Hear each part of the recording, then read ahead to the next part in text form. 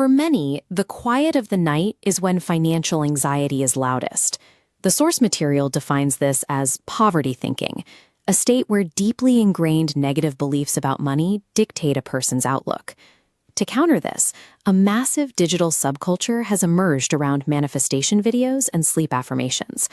Millions of people play these looping, multi-hour tracks every night. To an outside observer, an 8-hour loop of someone repeating phrases like, "I am abundant," might sound like ineffectual, repetitive noise. But we can learn more by looking past the ambient sound. When we analyze the transcript, we find a specific linguistic architecture at work.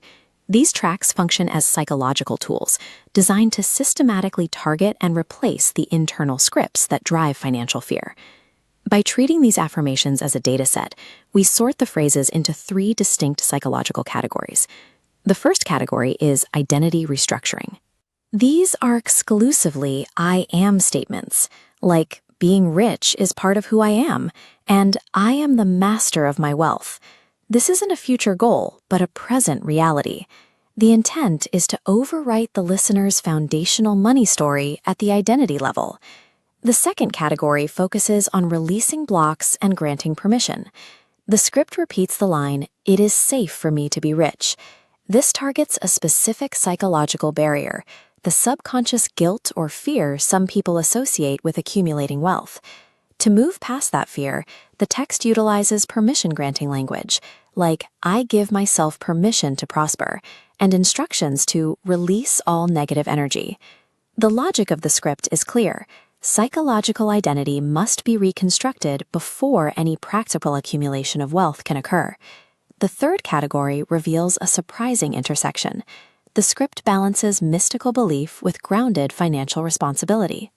On one side, it uses the language of the mystical, phrases about acting as a magnet for wealth and receiving an avalanche of money, but it contrasts this with practical directives.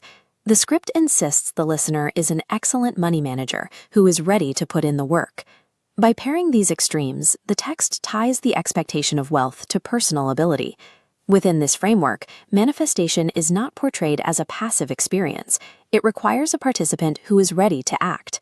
This dual-engine approach seeks to lower the listener's stress regarding the logistics of how money arrives, while reinforcing the personal responsibility required to manage it. Looking at the loop as a whole, the goal goes beyond the individual words. It is an attempt to shift the listener's baseline mental state. The script aims to move the listener toward a state of thankfulness, replacing the initial state of panic with a focus on gratitude. This transition targets a cognitive mechanism.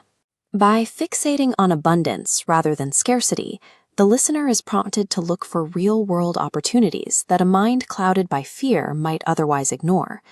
The structural intent of these tracks isn't to conjure money out of thin air, but to utilize cognitive behavioral shifting, forcing the brain to prioritize a narrative of capability over a narrative of lack. The text positions the phrase, "money and I are friends," as a necessary psychological precursor to seeking tangible financial success.